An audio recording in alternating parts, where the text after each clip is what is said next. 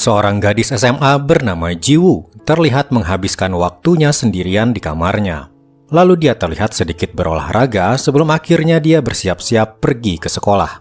Dia berjalan dari apartemennya, tapi tiba-tiba dia diikuti oleh sebuah mobil. Seorang pria memanggilnya. Pria itu bertanya, apakah sudah ada kabar dari ayahmu? Tapi Jiwoo pura-pura tak mendengar dan terus berjalan mengacuhkannya. Suruh ayahmu menyerahkan dirinya segera, teriak si pria masih saja keras kepala. Jiwoo hanya bisa berjalan terus menuju sekolahnya mengabaikan teriakan si pria itu. Kehidupan Jiwoo di sekolah ternyata penuh kesulitan. Bangkunya dicoret-coret. Dan ketika para siswa sekelas berdatangan, Jiwoo langsung dikata-katai sebagai anak preman atau anak pecandu obat. Jiwoo hanya bisa diam saja, menahan diri untuk tidak mencari masalah. Jiwoo benar-benar diasingkan di sekolahnya. Bahkan hari itu dia dipanggil oleh wali kelasnya dan memintanya untuk pindah sekolah saja. Banyak laporan dari orang tua murid lain yang tidak ingin ada anak dari pecandu obat yang sekolah di situ karena bisa mempengaruhi anak-anak lain. Kembali ke kelas, Jiwoo mendapati sebuah plastik berisi tepung, tapi para pembuli berteriak kalau itu obat terlarang sambil mereka tertawa-tawa. Jiwoo tak tahan lagi. Ia melempar bungkusan itu pada salah satu pembuli. Kejadian berikutnya bisa ditebak. Langsung terjadi perkelahian antara Jiwoo dan para pembuli. Jiwoo sebenarnya cukup kuat karena rajin berolahraga, jadi dia bisa mengalahkan mereka semua. Tapi itu semua membuat situasi jadi lebih buruk. Jiwoo sekarang terlihat sebagai siswa pembuat onar. Jiwoo keluar dari kelas. Di luar dia bertemu wali kelasnya lalu berkata, "Aku akan keluar dari sekolah ini." Di luar sekolah, Jiwoo mengamuk pada mobil yang tadi pagi mengikutinya. Ternyata mereka adalah polisi dan sudah sebulan ini mengikuti Jiwoo terus, menanyakan di mana ayahnya berada. Jiwoo hanya bisa berlari menghindari kejaran mereka. Dia berhasil kabur dan duduk di pinggir sungai, mencoba menenangkan diri. Dia membuka foto-foto bersama ayahnya dulu yang kini entah ayahnya berada di mana. Malam harinya Jiwoo pulang ke apartemennya. Lalu tanpa ia duga, malam itu seseorang menelepon. Ternyata ayahnya yang sudah sebulan tak ada kabar. Ayahnya mengucapkan selamat ulang tahun pada Jiwoo, tapi Jiwoo hanya menangis, kemudian berkata, "Kemana saja ayah selama ini? Para polisi selalu mengikutiku, dan di sekolah kini aku selalu dibully," cerita Jiwoo. Ayahnya jadi merasa bersalah dan hanya bisa terdiam. Setelah menelepon, ayahnya masuk ke dalam mobil dan melihat ponselnya yang sudah sebulan tak ia nyalakan. Terlihat pesan-pesan dari Jiwoo menanyakan di mana keberadaannya dan betapa beratnya hidup Jiwoo selama ayahnya tak ada. Ayahnya akhirnya memutuskan untuk menyetir sendiri, pergi untuk menemui putrinya. Di depan apartemen dia melihat dua polisi yang sudah sebulan mengawasi Jiwoo terus. Tanpa basa-basi, ayah Jiwoo langsung menyerang mereka. Bahkan dia menonjok kaca, tinjunya langsung menembus pria di dalam mobil. Dia kemudian berjalan masuk ke apartemen. Jiwoo mendengar ayahnya ada di depan pintu dan hendak membuka pintunya. Tapi ketika akan dibuka, muncul seorang pria tak dikenal berpakaian hitam. Dia memegang pistol. Ayah Jiwoo mengeluarkan pisau bersiap untuk menyerang. Ia kembali mengunci pintu untuk melindungi Jiwoo. Di dalam, Jiwoo heran kenapa pintunya tak bisa dibuka. Ia mengintip dari lubang pintu, terkejut ketika terdengar suara tembakan. Ayahnya masih tetap memegangi gagang pintu agar Jiwoo tak keluar, sementara si pria lagi-lagi menembak. Jiwoo terlihat panik dan mulai paham kalau ayahnya adalah masalah. Akhirnya si pria itu pergi meninggalkan ayah Jiwoo yang sekarat. Dari balik pintu, ayahnya berkata pada Jiwoo, ia meminta maaf telah membuat hidup Jiwoo susah. Lalu suara ayahnya tak terdengar lagi. Jiwoo memaksa mendorong pintu, akhirnya bisa terbuka. Namun sayang, ia langsung melihat ayahnya kini sudah tak bergerak. Jiwoo berteriak meminta pertolongan sambil memeluk ayahnya yang sudah tak bernyawa. Upacara pemakaman ayahnya pun diadakan. Terlihat serombongan pria berpakaian hitam datang ke sana lalu memberikan penghormatan terakhir. Kemudian Jiwoo bertanya pada seorang pria yang terlihat sebagai bos mereka. "Apa kau teman ayahku?" tanya Jiwoo. "Kau yang menyuruh ayahku memukul bahkan membunuh orang kan?" Si pria hanya menjawab singkat, "Ayahmu orang baik." Kemudian ia pergi. Beberapa hari kemudian Jiwoo mendatangi kantor polisi dan meminta tolong agar menangkap pembunuh ayahnya. Tapi Jiwoo malah mendapat kabar kalau kasusnya dihentikan karena tak ada bukti senjata ataupun saksi. Jiwoo jelas marah. Lalu memperlihatkan foto CCTV ketika malam pembunuhan itu terjadi. Tapi lagi-lagi polisi berkata kalau mereka tak bisa meneruskan kasus ini. Tapi Jiwoo tak mau menyerah. Ia kini mendatangi tempat teman ayahnya yang waktu itu datang di pemakaman. Pria ini bernama Mujin. Ia melihat Jiwoo ada di depan kediamannya membawa sebuah kotak. Mujin mengizinkannya masuk.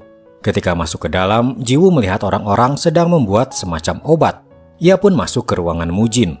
Kotak yang ia bawa ternyata adalah abu jasad mendiang ayahnya.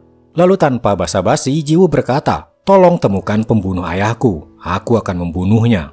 Dengan tenang, Mujin berjalan mendekat lalu memberikan sebuah pisau. "Anggap aku pembunuh ayahmu. Tusuk aku," ujar Mujin.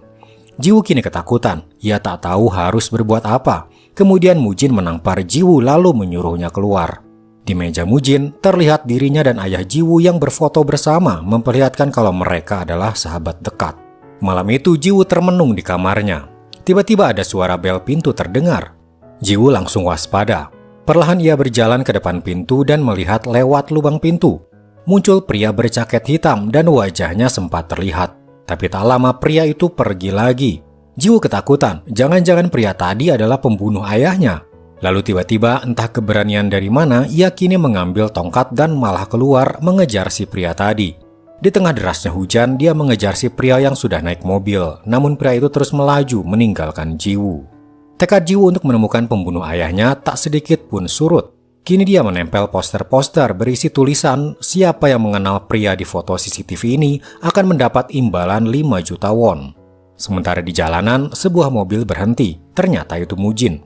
Tak sengaja ia melihat poster yang ditempel Jiwoo di sebuah toko. Ia pun membawa poster tersebut. Kembali pada Jiwoo, tengah malam dia mendapat telepon. Orang di telepon berkata, "Aku tahu siapa pria yang ada di poster. Kau bawa uangnya, aku akan memberitahumu," ujarnya pada Jiwoo. Jiwoo dengan polosnya membawa segepok uang dan pergi menuju tempat yang sudah ditentukan. Tapi untungnya ia juga membawa pisau untuk berjaga-jaga. Jiwoo memakai masker dan pakaian serba hitam. Di jalanan sepi dia bertemu dengan seorang pemuda berandalan. Berandalan itu berkata, "Serahkan dulu uangmu." Lalu teman-temannya juga mulai berdatangan. Mereka mengambil paksa uangnya lalu menyerang Jiwoo. Jiwoo mencoba menyerang balik. Tapi 1 lawan 3, Jiwoo tak bisa mengimbangi mereka. Jiwoo dihajar habis-habisan sampai pingsan. Ketika Jiwoo sadar, dia sudah ada di sebuah tempat sempit. Ternyata dia ada di dalam bagasi mobil, tangannya terikat. Ia meraih pisau yang ia bawa dan mencoba melepaskan diri. Di luar, terdengar berandalan tadi mobilnya ditabrak seseorang. Lalu tiba-tiba bagasi dibuka, ternyata Mujin. Mujin langsung menolong Jiwoo melepaskan ikatannya. Mereka pun mengobrol di pinggir laut. Mujin berkata, "Sebaiknya kau jangan lakukan hal berbahaya lagi." Tapi Jiwoo menolak dan berkata, "Bagaimana aku bisa diam sementara pembunuh ayahku masih berkeliaran bebas?" Kemudian Mujin bertanya pada Jiwoo, "Apa kau sungguh ingin membalas dendam?" "Ya, aku akan melakukan apapun," jawab Jiwoo tanpa keraguan sedikit pun. Lalu dibawalah Jiwoo oleh Mujin ke suatu tempat. Di sana banyak orang-orang sedang berlatih bela diri. Mujin kemudian berkata, "Mulai sekarang kau berlatih di sini." Jiwoo kini paham apa maksudnya. Jika dia ingin membalas dendam, maka kemampuan fisiknya harus ia tingkatkan dan berlatih bela diri adalah salah satu caranya. Jiwoo diantar ke kamarnya. Di sana dia menyimpan guci berisi abu mendiang ayahnya, satu-satunya hal berharga bagi dirinya. Kehidupan Jiwoo di tempat latihan sangat sulit. Dia sering diledek karena satu-satunya wanita di sana dan harus membersihkan baju kotor mereka. Seorang dari mereka mencoba menggodanya, tapi Jiwoo melawan. Untungnya perkelahian mereka bisa dilerai oleh yang lain. Ketika semua selesai berlatih, Jiwoo berlatih sendirian di sana. Lalu muncullah Mujin. Dia berkata, "Kalau kau terus berpikir untuk menang, maka kau tak akan pernah menang. Tujuanmu adalah membalas dendam. Berpikirlah untuk membunuh. Incar titik lemah musuhmu, bagian pelipis, dagu, ulu hati, dan bagian vital. Sekarang coba serang aku," ucap Mujin. Mereka pun mulai berlatih tarung. Awalnya Jiwoo masih kesulitan, tapi lama-kelamaan dia bisa lebih fokus dan mulai bisa membalas serangan Mujin. Jiwoo pun terus berlatih setiap hari. Setiap latihan, Jiwoo selalu membayangkan pembunuh ayahnya itu ada di hadapannya dan dia mencoba untuk mengalahkannya. Beberapa waktu pun berlalu dan kini Jiwoo akan ikut dalam kompetisi brutal. Puluhan orang akan saling bertarung hingga tersisa satu pemenang. Pertarungan terjadi sangat sengit dan Jiwoo terlihat bisa mengimbangi semua lawan-lawannya. Lalu akhirnya terlihat ada satu orang yang bertahan. Dia bernama Gang Jae. Ia sudah yakin dirinya menang, tapi ternyata masih ada satu orang yang bertahan, dialah Jiwoo. Dia bangun dan bersiap untuk bertarung lagi. Kini 1 lawan 1. Pertarungan terlihat sengit. Gangje menggunakan rantai untuk mencekik Jiwoo, tapi Jiwoo berhasil lepas. Lalu sebuah pukulan sikut tak terduga dari Jiwoo tepat di wajah Gangje membuatnya pingsan. Mujin berdiri lalu mengangkat tangan Jiwoo, pertanda dialah pemenangnya. Di ruang ganti akhirnya Gangje sadar dari pingsannya. Dia ditertawakan oleh teman-temannya karena kalah dari seorang wanita. Gangje merasa direndahkan karena kalah dari orang yang ia kira lebih lemah darinya. Ia pun lalu berkata pada temannya, "Bagaimana kalau kita makan cemilan?" Cemilan yang Gangje maksud adalah Jiwoo. Gangje berkata, "Tadi diam-diam aku sudah memasukkan obat tidur ke minumannya." Temannya itu paham apa maksud Gangje. Sementara itu di kamarnya, Jiwoo baru selesai mandi. Ia minum beberapa teguk. Tak lama kemudian, pandangannya mulai kabur. Efek obat tidur yang dimasukkan Gangje mulai bekerja. Lalu tak lama, Jiwoo pun langsung tertidur. Jiwoo mencoba membuka matanya, samar-samar melihat Gangje dan temannya ada di kamarnya. Ia kaget dan mencoba memberontak, tapi tubuhnya lunglai lemas. Efek obat tidurnya sangat kuat. Mereka mencoba melecehkan Jiwoo, sementara Jiwoo sekuat tenaga menghindar. Pergumulan mereka membuat guci mendiang ayahnya terdorong jatuh dan pecah. Jiwoo mengambil pecahan guci itu dan menyerang teman Jiwoo tepat di bagian vitalnya. Jiwoo bangkit berdiri dan berlari keluar. Gangje mengejarnya, lalu mencoba memukulnya dengan palu, tapi Jiwoo menusuknya tepat di perutnya. Tak lama kemudian muncullah anak buah Mujin menghentikan Gangje. Akibat ulahnya, Gangje dibawa ke hadapan Mujin. Gangje adalah salah satu petarung terbaik yang Mujin miliki, tapi Mujin tak pilih kasih. Jika dia salah, dia harus dihukum. "Kau pilih wajah, tangan, atau kaki?" tanya Mujin. Gangje tahu apa maksudnya. Dia harus memilih bagian tubuh mana yang akan Mujin lukai. Gangje memohon-mohon sampai berlutut meminta maaf, tapi keputusan Mujin tetap tak bisa diubah. "Baiklah," ujar Mujin. "Kalau kau tak bisa memilih, biar aku pilihkan." Mujin mendekati Gangje lalu dia menyabetkan pisaunya ke wajahnya. Gangje hanya bisa berteriak kesakitan. Tapi bukannya merasa bersalah, wajah Gangje kini dipenuhi ekspresi balas dendam. Lalu pada suatu malam, Jiwoo mendatangi sebuah restoran. Di sana sudah ada Mujin menunggunya. Mujin berkata, "Mulai malam ini, Jiwoo sudah mati. Mulai sekarang, namamu adalah Oh Hae-jin." Mujin juga menyerahkan sebuah pistol pada Hae-jin. "Ini adalah pistol pembunuh ayahmu, pistol polisi. Jadi dengan kata lain, pembunuh ayahmu adalah seorang polisi. Aku menemukannya ketika malam pembunuhan terjadi." Mulai malam itu, Hae-jin tak lagi kembali ke tempat latihan. Dia menyiapkan dirinya untuk sesuatu yang lebih tinggi. 3 tahun Hae-jin berlatih. Setelah itu, dia juga masuk ke kepolisian, menjadi anggota di divisi kejahatan dan kekerasan. Di suatu malam, Hae-jin terlihat sedang memantau sebuah tempat. Di tempat itu diduga bersembunyi seorang penjahat yang sudah lama menjadi target Hae-jin, seorang pelaku kekerasan. Dia pun masuk ke sana mencari tempat persembunyian si penjahat. Sementara di dalam, seorang penjahat yang menjadi target Hae-jin ternyata sedang bertransaksi obat terlarang dengan seorang pria. Kembali pada Hae-jin, di sebuah ruangan dia menemukan seorang wanita tengah mabuk dan hampir tak sadarkan diri. Untungnya Hae-jin datang dan membantunya sadar kembali. Tiba-tiba di sebelah ruangan terdengar percakapan antara target Hae-jin dan seorang pria. Hae-jin langsung memecahkan kaca di sana dan langsung menyerang targetnya.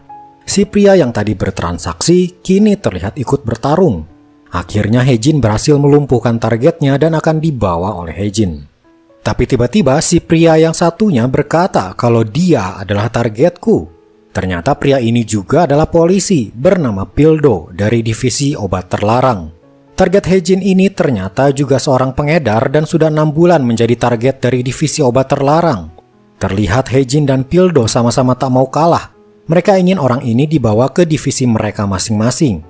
Namun akhirnya Hae-jin mengalah karena ada telepon dari atasannya mengizinkannya target itu dibawa oleh Pildo. Sementara itu, beralih pada Mujin, terlihat dia sedang berada di tengah pertempuran para anggota gangster. Dengan tenang dia berjalan mendekati seorang pria. Pria ini adalah rekan bisnis Mujin, tapi dia berkhianat dan ketahuan. Pria ini memohon-mohon agar dirinya dimaafkan. Tapi sifat Mujin yang tak bisa mentolerir kesalahan membuat si pria tetap harus dihukum. Dia dimasukkan ke sebuah mobil. Seseorang di dalam mobil menahannya agar tak kabur, sementara asap tiba-tiba masuk ke dalam. Ternyata asap knalpot mobil masuk semua ke dalam, membuat si pria kehabisan udara. Begitulah cara Mujin melenyapkan si pria yang berkhianat padanya. Kembali pada Hae-jin, kini dia pergi ke kantor polisi divisi obat terlarang. Ternyata dia dipindah tugaskan ke bagian ini mulai sekarang. Seorang pria muncul. Tiba-tiba Hae-jin teringat wajahnya. Itu adalah wajah yang ia lihat di lubang pintu beberapa hari setelah kematian ayahnya dulu. Dia adalah kapten di divisi obat terlarang yang artinya akan menjadi atasan Hae-jin mulai hari ini. Setelah dari sana, malam harinya Hae-jin bertemu dengan Mujin. Hae-jin bercerita kalau dirinya kini masuk ke divisi obat terlarang. Di divisi inilah kemungkinan polisi yang membunuh ayah Hae-jin berada. Beralih ke kantor polisi, pria yang kemarin ditangkap kini sedang diinterogasi oleh Pildo. Pildo bertanya siapa bos si pria, tapi dia tak mau mengatakannya. Sebagai gantinya, dia akan memberi info lain. Dia punya info adanya obat terlarang jenis terbaru yang akan beredar di Korea. Obat itu berwarna hitam berbentuk bulat kecil. Dan sekarang obat itu ada pada Mango. Pildo sudah tahu siapa Mango karena sudah beberapa kali bertemu dengannya. Pildo menuju ruangan lain, tapi dia bertemu dengan Hae-jin. Dia belum tahu kalau Hae-jin mulai sekarang sudah dipindah tugaskan ke divisi obat terlarang, bahkan kini menjadi rekannya. Pildo pun protes pada atasannya yang bernama Giho kalau dirinya tak akan cocok berpartner dengan Hae-jin. Tapi Giho sudah memutuskan kalau Hae-jin akan bekerja di sini dan Pildo mau tak mau harus menerimanya. Tugas pertama Hae-jin hari itu adalah ikut bersama Pildo membawa Mango ke kantor polisi untuk ditanyai perihal obat terlarang jenis baru. Di dalam mobil, Pildo menyuruh Hae-jin untuk membawa Mango keluar, lalu kita akan membawanya. Hae-jin menuruti apa kata Pildo. Ia masuk ke dalam gedung. Ada satu orang penjaga di sana. Hae-jin bertanya di mana Mango berada, tapi penjaga itu tak mau mengatakannya. Hae-jin terpaksa menyerang si penjaga dan melumpuhkannya. Beberapa orang lagi datang. Hae-jin pun segera menghajar semua orang yang ada di sana tanpa terkecuali. Pildo yang menunggu di parkiran merasa Hae-jin terlalu lama. Ia pun segera menyusul ke dalam. Tapi ia kaget ketika melihat orang-orang yang terkapar sehabis dihajar oleh Hae-jin. Dan di sebuah ruangan, Pildo melihat Hae-jin yang sedang mengunci tangan Mango. Pildo segera bertanya pada Mango, "Aku dengar kau punya obat jenis baru. Di mana kau simpan?" Mango berkata kalau ia tak tahu apa-apa tentang obat yang dimaksud. Hae-jin tiba-tiba melihat seorang bartender bertingkah mencurigakan, seperti menutupi sesuatu dengan badannya. Ia segera melihat apa yang bartender itu sembunyikan.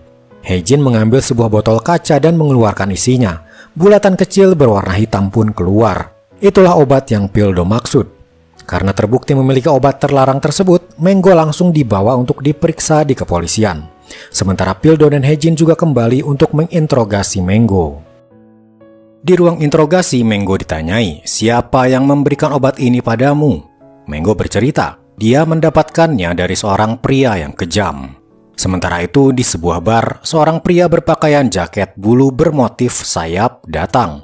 Ia sedang memperkenalkan obat buatannya berbentuk bulatan hitam kecil. Obat ini tak meninggalkan jejak di dalam tubuh. Pria ini ternyata adalah Gang Jae. Bekas luka panjang terlihat di wajahnya. Beralih pada Hae-jin, dia menelpon Mujin dan memberi kabar adanya obat jenis baru tapi belum diketahui siapa pembuat obat tersebut. Beralih di sebuah kediaman mewah, salah satu orang kepercayaan Mujin, seorang wanita, sedang menemui pengedar obat dari Jepang. Ternyata selama ini Mujin memproduksi obat terlarang yang diberi nama Diamond, berbentuk cair berwarna bening. Pengedar dari Jepang itu setuju untuk membeli obat tersebut dari Mujin. Tempat Mujin memproduksi obat tersebut adalah di sebuah kapal besar di tengah laut. Namun naasnya, di divisi obat terlarang tempat Hae-jin bekerja, malam itu tiba-tiba atasannya memberi perintah kalau mereka akan menggerebek seorang pengedar obat terbesar di Korea. Hae-jin tak tahu apa-apa soal ini dan hanya mengikuti perintah. Di sebuah ruangan, para polisi berkumpul termasuk Hae-jin. Mereka disuruh untuk menyerahkan ponsel mereka. Setelah itu, Giho mulai memberi instruksi.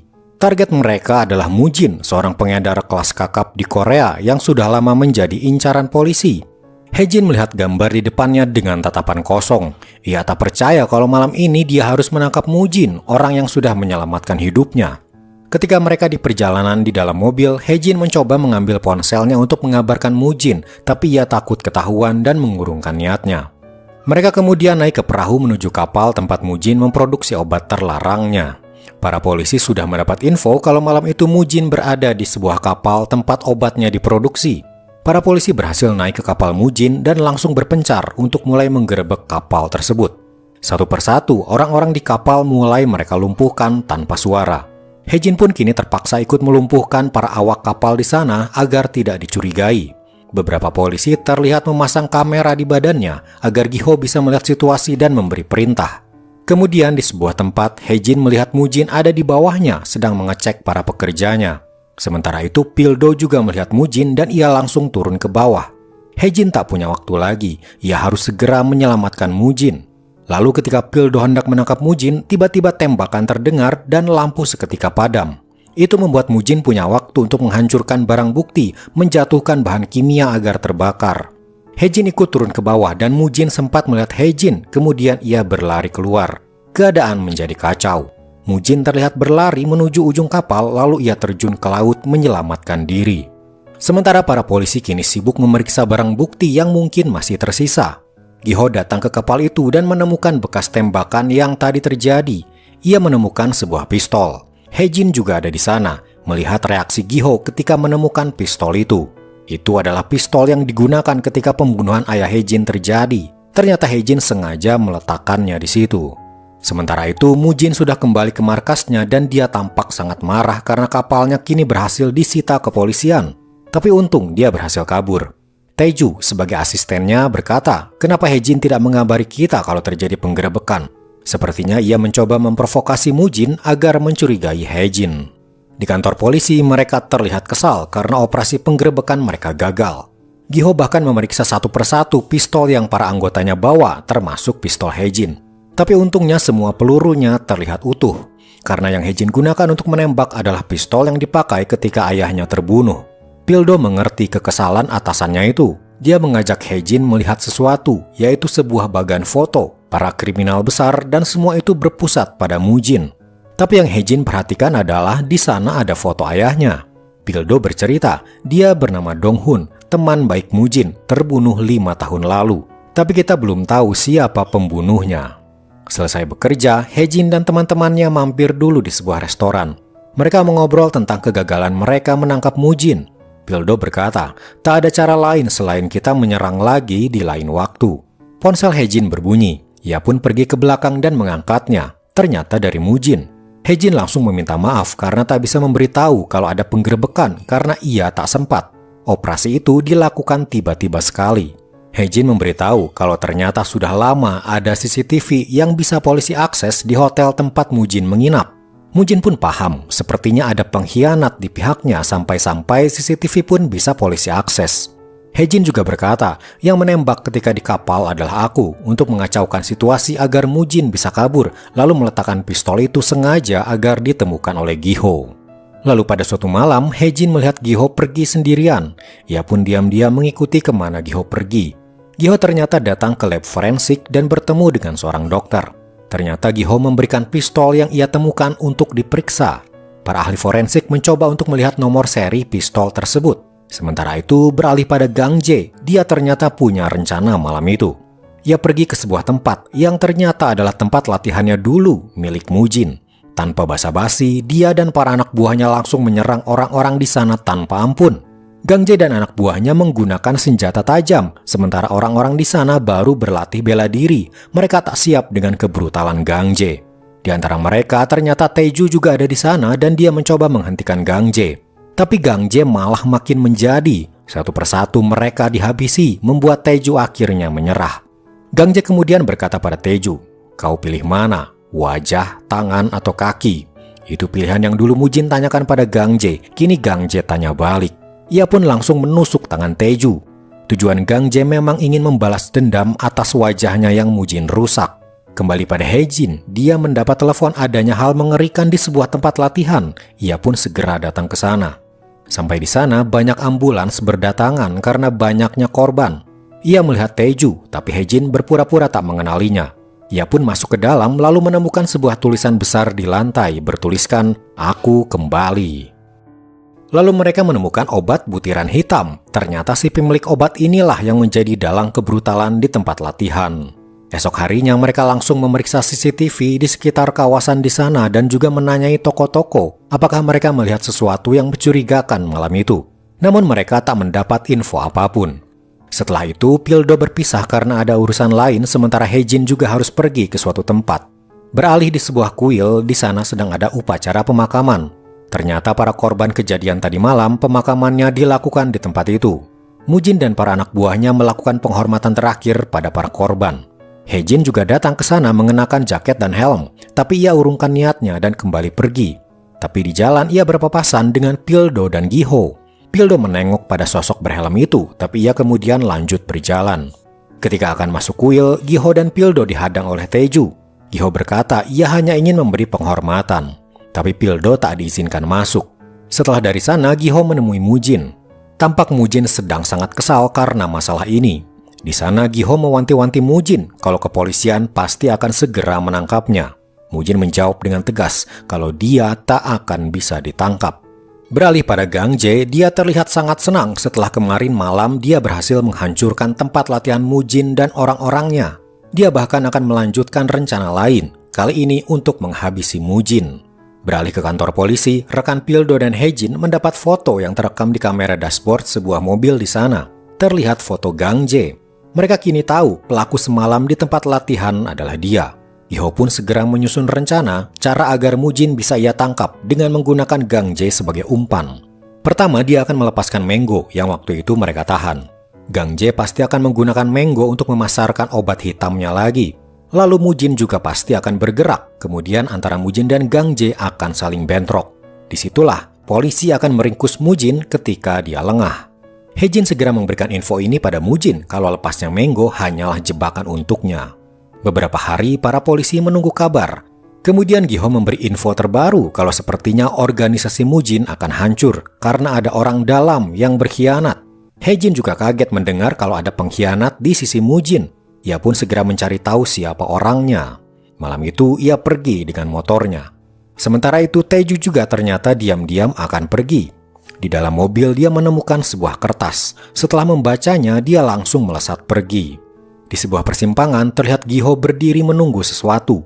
Muncullah Hae-jin naik motor. Ia melihat Gi-ho dan keadaan di sekitar. Tapi tanpa ia sadari, ada yang memfoto dirinya dari kejauhan. Tak lama sebuah mobil berhenti.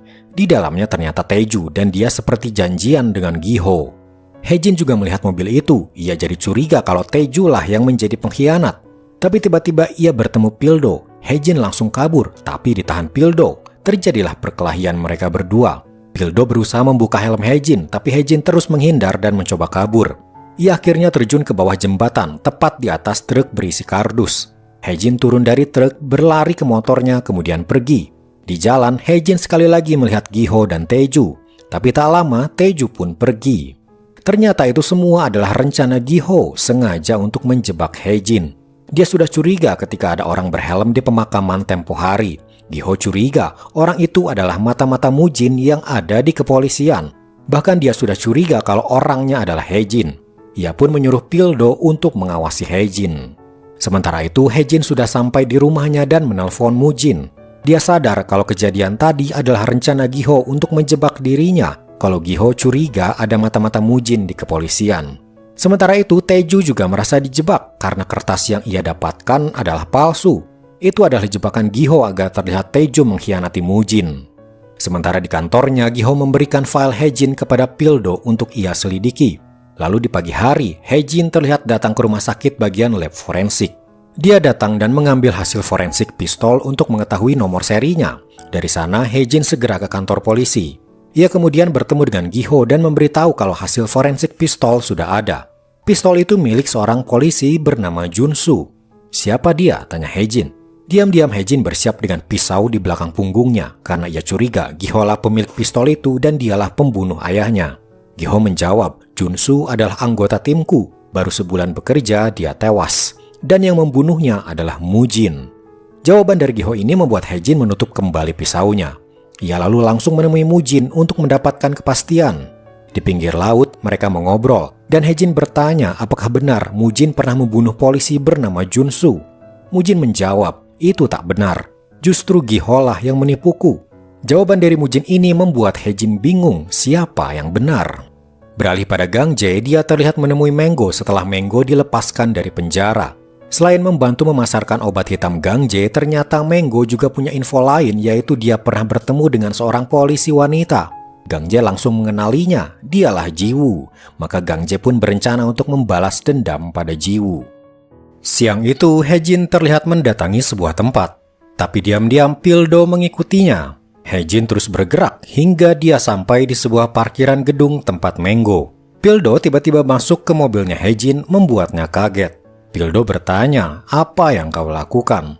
Hejin menjawab, "Aku ingin mengungkap siapa yang membuat obat hitam karena sepertinya Menggo ada hubungan dengan orang itu." Tak lama muncullah Menggo. Dia menaiki mobilnya dan pergi keluar. Hejin dan Pildo pun kini mengikuti mereka. Di saat yang bersamaan, Mujin terlihat datang ke restoran langganannya. Kembali pada Hejin, dia melihat Menggo masuk ke sebuah pabrik tak terpakai.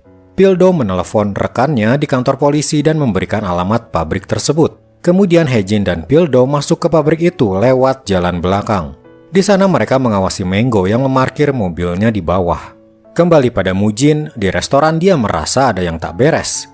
Ia pun menyuruh ibu pemilik restoran membelikan rokok untuknya agar ibu itu keluar. Ternyata orang-orang di sana adalah anak buah Gang Jae. Mereka langsung menyerang Mujin di dalam restoran. Kembali pada Hejin, tak lama datanglah mobil yang ternyata itu Gang Jae. Dia menyerahkan sebuah tas pada Menggo. Ketika Menggo pergi, Gang Jae tiba-tiba berbalik dan tatapannya menengok ke arah Hejin sambil tertawa. Ternyata Gang Jae sudah tahu Hejin ada di sana. Anak buahnya datang menyerang Hejin dan Pildo. Mereka kalah jumlah dan senjata mereka pun semuanya pisau, sementara Hejin dan Pildo hanya tongkat saja. Hejin dan Pildo pun kalah. Mereka diborgol dan disekap oleh Gang Jae. Gang Jae mengancam Hejin karena dulu ketika namanya masih Jiwoo, dia berhasil menghajar Gang Jae. Tapi Hejin tak sedikit pun takut. Gang Jae kesal, ia menusukkan pisaunya ke paha Hejin, membuat Hejin kesakitan. Setelah itu Gang Jae menelepon anak buahnya, tapi yang mengangkat adalah Mujin. Gang Jae tak menyangka anak buahnya akan dilibas habis oleh Mujin. Ia kemudian mengirim foto Hejin, membuat Mujin segera pergi untuk menolong Hejin. Sementara itu Hejin dan Pildo kini diborgol di dalam sebuah mobil. Sebuah mesin berjalan, ternyata mobil itu akan dihancurkan, sementara Hejin dan Pildo ada di dalamnya. Gang Jae pun pergi meninggalkan mereka berdua. Hejin dan Pildo kini berusaha lepas dari borgol, namun usaha mereka sia-sia. Mobil sudah ada di dalam mesin penghancur dan perlahan mobil itu ringsek di bagian atas. Untungnya itu membuat besi di atap patah dan borgol Hejin bisa terlepas. Mobil semakin gepeng dan Hejin berusaha keluar untuk menghentikan mesin, tapi ia sulit keluar. Tiba-tiba sebuah mobil masuk dan menabrak mesin itu, seketika semuanya berhenti. Ternyata Mujin datang tepat waktu. Mujin pun langsung kabur karena takut polisi segera datang. Tak lama para polisi muncul dan langsung membantu Hejin dan Pildo yang terluka. Mereka segera dibawa ke rumah sakit. Pildo terlihat tak terlalu parah, tapi Hejin sampai harus dioperasi. Pildo marah dan ingin segera menangkap Gang Jae karena Hejin hampir saja mati akibat ulahnya. Pildo pun kini mencari-cari keberadaan Gang Jae. Selama berhari-hari dia pergi ke banyak tempat, bahkan sampai harus menghadapi para gangster yang diduga tahu di mana Gang Jae berada. Semua itu ia lakukan untuk membalaskan dendam Hejin yang sampai saat ini masih dirawat. Beralih pada Hejin, di rumah sakit, dalam tidurnya dia bermimpi buruk. Dia berada di pinggir pantai dan melihat ayahnya berjalan menuju tengah laut hingga hampir tenggelam. Ia juga melihat kejadian ketika malam ayahnya terbunuh. Semua mimpi buruk itu membuat Hejin panik, lalu ia bangun dalam keadaan ketakutan. Untungnya di sampingnya ada Pildo yang menenangkannya.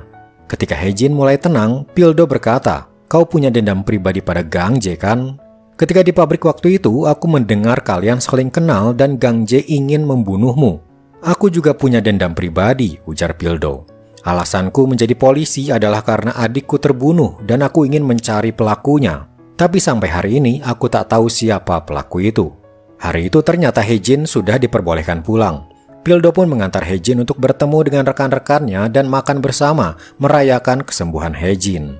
Namun waktu santai bagi Hejin tak berlangsung lama karena malam harinya dia ditelepon oleh Mujin. Hejin berkata, "Aku akan memburu Gang Jae."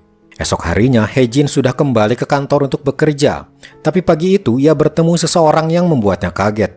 Dia adalah polisi yang pernah menangani kasus pembunuhan ayahnya.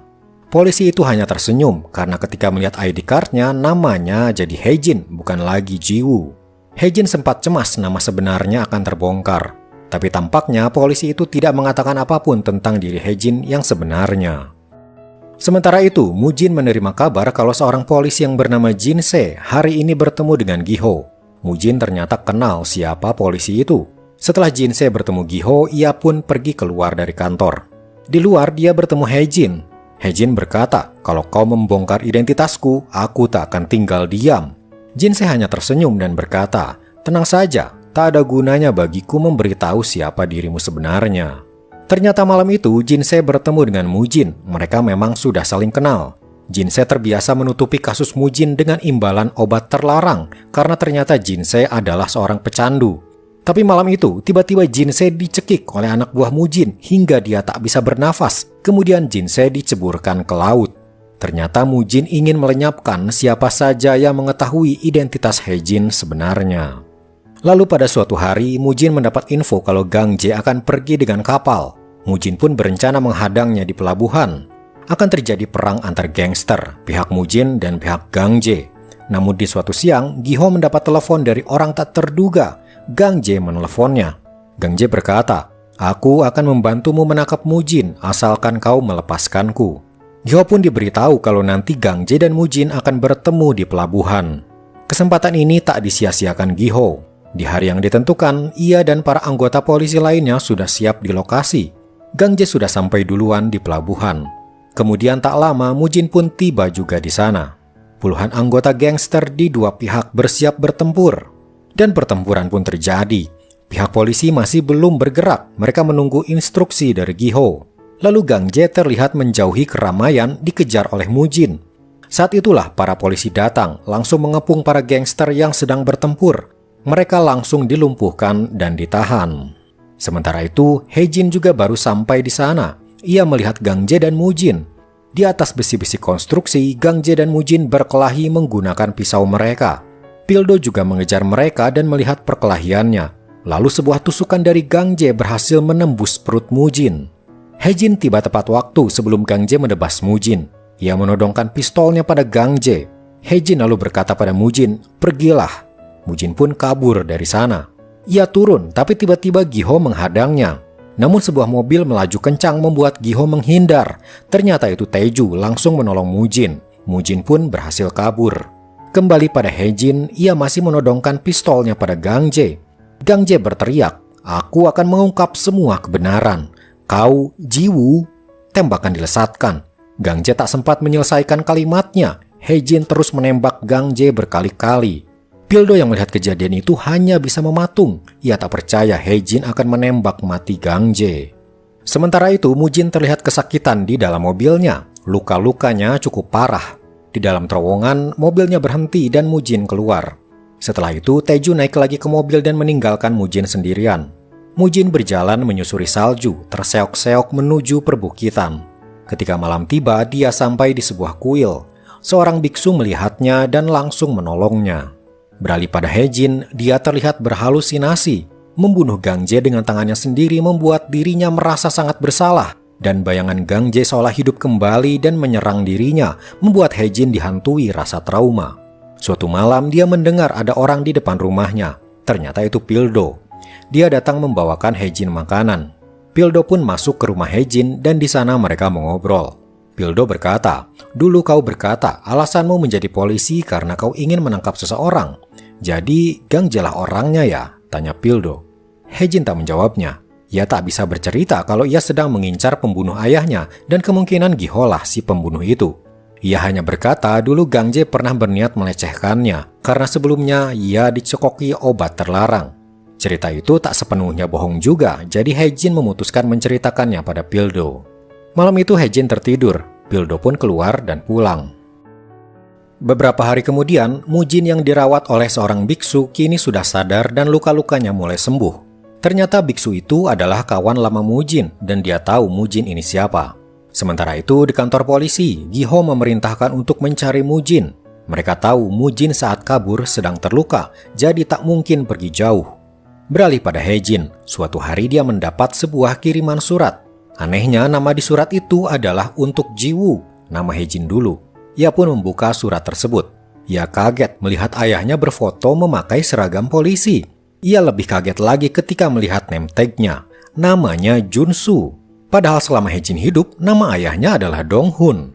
Ternyata surat itu dikirimkan oleh Gang Jae sebelum ia mati. Lalu ponselnya berbunyi dari Mu-jin. Ia meminta Hae-jin datang ke sebuah kuil. Kebetulan, Hae-jin ingin segera membicarakan hal ini dengan Mu-jin. Sesampainya di kuil, Hae-jin langsung bertanya, apa benar ayahku seorang polisi dan namanya adalah Jun-soo? Mu-jin berkata, ya, dia memang seorang polisi. Gi-ho mengirim Jun-soo ke dalam organisasiku untuk penyelidikan, tapi Jun-soo memutuskan untuk menjadi bagian dari organisasi. Dia dibunuh oleh polisi karena dianggap sebagai pengkhianat bagi kepolisian. Hae-jin hanya terdiam mendengar cerita Mu-jin itu, seolah ia ragu apakah Mu-jin berkata yang sebenarnya atau tidak. Di luar mereka tak tahu ternyata Pildo ada di sana sedang mencari Mu-jin. Tapi biksu temannya Mu-jin berkata, tak ada orang lain lagi, apalagi musim dingin seperti ini. Pildo pun pergi lagi dari sana. Dari sana Pildo menemui Gi-ho yang sedang minum.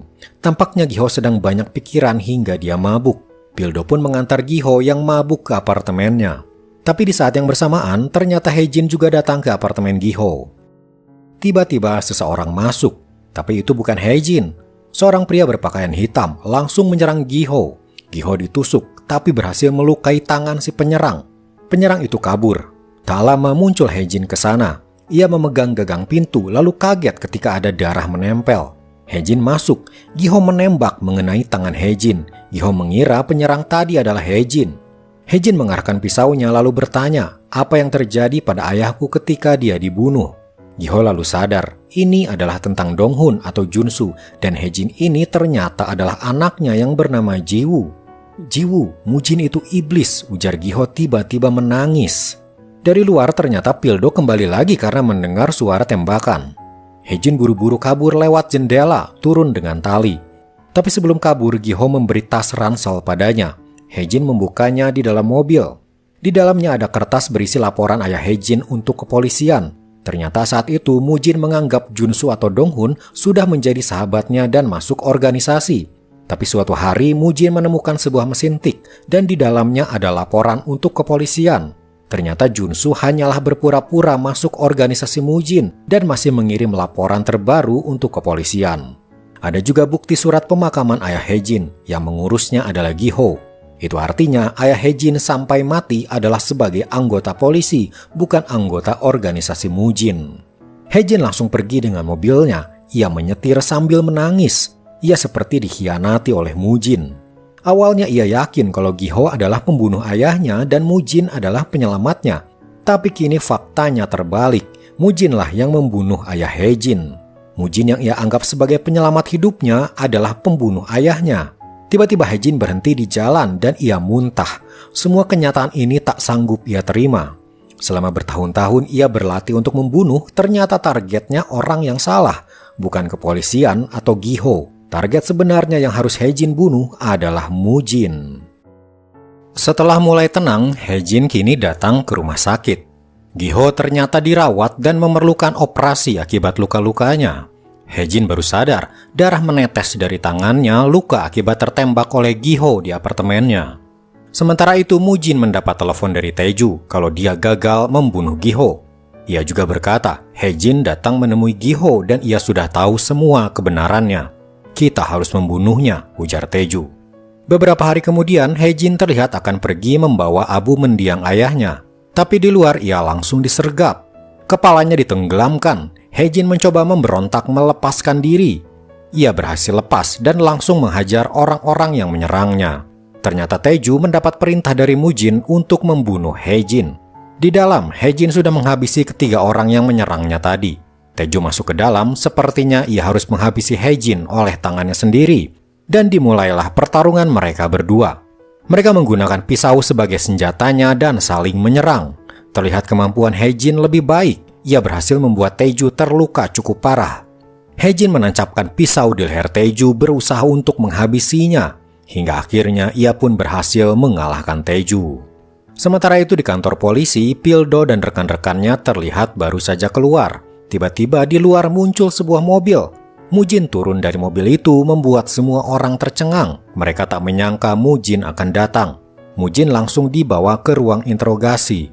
Ia pun ditanyai soal kematian Gang Jae. Pildo berkata, "Kami menemukan pisaumu di TKP saat Gang Jae terbunuh. Apa kau yang melakukannya?" Sebenarnya Pildo tahu kalau Hae-jin lah yang membunuh Gang Jae, tapi pihak kepolisian tak menemukan buktinya. Yang ada hanya pisau Mujin. Mujin tak menjawab pertanyaan tersebut. Di luar, seorang wanita terlihat masuk ke ruang interogasi. Dia adalah asisten Mujin bernama Suyon dan kini bertindak sebagai penasehat hukum Mujin. Sementara di luar, Hae-jin terlihat baru sampai di kantor polisi. Ia segera masuk ke ruang interogasi dan menanyai Mujin. "Kenapa kau menyerahkan diri?" tanya Hae-jin. "Aku di sini untuk membuktikan kalau aku tak bersalah," jawab Mujin. "Kami menemukan pisaumu di TKP saat Gang Jae terbunuh. Kami tak butuh pengakuanmu. Semua bukti ini mengarah padamu dan hanya menunggu waktu kau akan ditahan," ujar Hae-jin pada Mujin. Setelah itu Hae-jin keluar dan pergi ke suatu tempat. Ternyata ia pergi ke ruang barang bukti. Di sana ia meminta barang bukti pisau Mujin yang dipakai untuk menusuk Gang Jae. Setelah mendapatkannya, ternyata dia menelpon Mujin. Ia berkata, "Barang bukti akan kumusnahkan. Kau bisa bebas sekarang." Ternyata Hae-jin ingin Mujin tak dipenjara. Tapi apa sebabnya? Sementara itu, rekan polisi lain sedang menyelidiki CCTV di sekitar apartemen Gi-ho. Mereka menemukan sebuah mobil terlihat mencurigakan. Setelah diselidiki, ternyata mobil itu milik Hae-jin. Bahkan terlihat di sebuah CCTV, Hae-jin kabur dari apartemen Gi-ho tepat setelah Gi-ho diserang. Pildo dan yang lainnya segera mencari Hae-jin. Bahkan pengeras suara mengumumkan siapapun yang melihat Hae-jin harus segera menghentikannya. Hae-jin kini menjadi buronan polisi. Di luar, Pildo melihat seseorang mengendarai motor. Dialah Hae-jin. Pildo terlambat menyadarinya. Di saat yang bersamaan, Mujin terlihat keluar sendiri dari kantor polisi. Suyon berkata, Mujin tak bersalah karena tak ada barang bukti. Tentu saja buktinya kini sudah dibawa Hae-jin untuk dimusnahkan. Pildo pun terpaksa membiarkan Mujin pergi. Beralih pada Hae-jin, dia berhenti di jalanan sepi dan membuang barang bukti itu ke laut. Beralih pada Mujin, dia sampai di markasnya dan melihat Taeju yang sudah tak bernyawa. Dia sadar aksi Hae-jin menghilangkan barang bukti bukanlah untuk menyelamatkannya. Justru, Hae-jin tak ingin Mujin dipenjara karena Hae-jin ingin membunuh Mujin dengan tangannya sendiri saat ini juga. Sementara itu, Pildo dan rekan-rekannya mendatangi apartemen Hae-jin yang ternyata sudah berantakan. Di sana Pildo teringat ketika waktu itu datang untuk pertama kalinya ia melihat guci abu mendiang ayah Hae-jin. Ia pun bergegas menuju pemakaman, siapa tahu Hae-jin datang ke sana. Dan ternyata benar, Hae-jin saat ini mengunjungi makam ayah dan ibunya. Di sana dia mencoba menenangkan diri. Semua hal yang baru saja ia alami membuatnya seolah hancur. Tapi satu hal yang pasti, dia kini harus membalaskan kematian ayahnya. Mujinlah kini yang ia incar. Hae-jin menaiki motornya, tapi tak disangka ia berpapasan dengan sebuah mobil, ternyata itu Pildo. Hae-jin berbalik arah dan kabur dari kejaran Pildo. Pildo tak ingin melepaskan Hae-jin dan mengejar dengan mobilnya. Hae-jin berbelok ke persawahan kering, mencoba kabur dari jalan raya. Tapi di gundukan ia hilang keseimbangan dan terjatuh. Hae-jin bangkit dan berlari. Tapi Pildo ada di belakangnya dan menembakkan tembakan peringatan. Hae-jin sadar dirinya sudah tak bisa lari lagi. Ia berbalik dan mengangkat tangannya. Pildo langsung mengambil borgol dan memborgol Hae-jin. Hae-jin langsung dibawa ke kantor polisi. Rekan-rekannya melihat Hae-jin dan marah padanya. Mereka mengira Hae-jin lah yang menusuk Gi-ho. Tapi Hae-jin hanya diam saja, ia tak mengatakan apa-apa. Sebelum diinterogasi, Hae-jin dimasukkan ke dalam sel. Di sana akhirnya Hae-jin berbicara. Ia bertanya pada Pildo, "Jika aku bilang bukan aku yang menusuk Gi-ho, apa kau percaya padaku?" "Tidak, aku tak percaya," ujar Pildo. Sementara itu, Mujin mendapat kabar kalau Hae-jin tertangkap. Di luar dugaan, Mujin berpesan pada Suyon, apapun caranya, bebaskan Hae-jin. Mujin ternyata ingin berhadapan 1 lawan 1 dengan Hae-jin. Suyon pun langsung mendatangi Hae-jin yang ada di ruang interogasi dan menyampaikan pesan dari Mujin. Setelah itu, Suyon berkata pada Pildo, Hae-jin sedang terluka. Ia meminta agar Hae-jin dirawat di rumah sakit. Awalnya Pildo ragu, tapi Hae-jin memang sedang terluka akibat insiden di apartemen Gi-ho dan akibat pengejaran kemarin. Maka akhirnya Hae-jin pun dibawa ke rumah sakit, dikawal oleh beberapa polisi termasuk Pildo. Di markasnya, Mujin mendapat telepon kalau Hae-jin sedang dibawa ke rumah sakit. Ia segera memerintahkan anak buahnya untuk bergerak. Sesampainya di rumah sakit, Hejin langsung dirawat luka-lukanya. Pildo tiba-tiba mendapat telepon. Ternyata dari Giho, dia sudah siuman. Ia segera pergi ke kamar Giho. Kembali pada Hejin, lukanya sedang dijahit oleh suster. Tiba-tiba Hejin mengenal seorang dari suster di situ, wanita yang pernah ia selamatkan ketika wanita itu hampir overdosis karena obat. Beralih pada Pildo, ia kini ada di kamar Giho. Giho langsung menceritakan semuanya kalau sebenarnya Hejin adalah Jiwoo, anak dari Junsu, polisi yang mati dibunuh Mujin. Kembali pada Hejin, ia terlihat mencoba membuka borgol dengan alat operasi yang ada. Kebetulan suster di sana sedang menelpon. Lalu datang suster yang Hejin kenal. Ia tiba-tiba memberikan kunci mobil dan berkata, "Pergilah, mobilnya ada di parkiran basement." Tapi para polisi langsung masuk menghadang. Hejin terpaksa harus menghadapi mereka dan melumpuhkan mereka. Hejin pun kabur menuju basement. Pildo diberitahu kalau Hejin kabur dan langsung berlari untuk mengejarnya. Di basement, Hejin mencari-cari di mana mobilnya berada. Akhirnya dia menemukannya dan naik. Tapi Pildo muncul dan menghadangnya.